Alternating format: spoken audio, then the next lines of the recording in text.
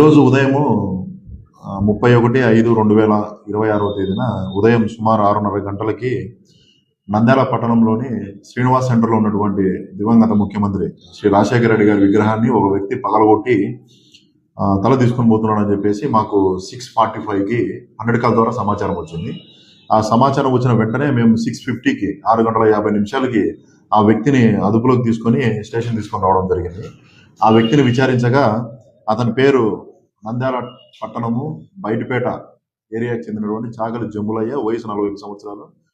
తండ్రి లేట్ నాగయ్య అని చెప్పేసి అతనికి తెలిసింది విచారణలో.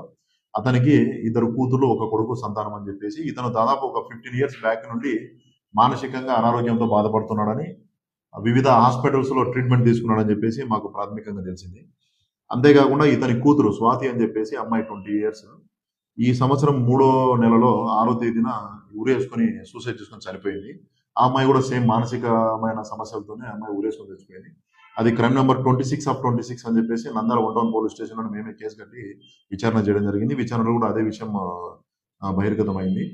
ఆ విషయంలో ఇతను ఇంకా మానసికంగా తీవ్రంగా బాధపడుతూ ఈ దినం శ్రీనివాస్ సెంటర్లో ఉన్నటువంటి రాజశేఖర రెడ్డి స్టాచ్యూని పగలగొట్టి తల తీసుకొని పోతున్నాడని చెప్పేసి తెలిసింది మాకు. ఇతని భార్య వచ్చేసి చాకలి బాలమ్మ అని చెప్పేసి మున్సిపాలిటీలో సిఆర్పిగా గత 2020 సంవత్సరం నుండి పనిచేస్తూ ఉంది. దీని వెనకాల ఎటువంటి రాజకీయ కోణం లేదు. ఇతని యొక్క మానసిక ఆరోగ్య పరిస్థితి బాగలేకనే జరిగింది. ఇతను ప్రస్తుతం మా కస్టడీలో ఉన్నాడు. ఇతని మీద కేసు నమోదు చేసి తదుపరి చర్యలు తీసుకున్నాం.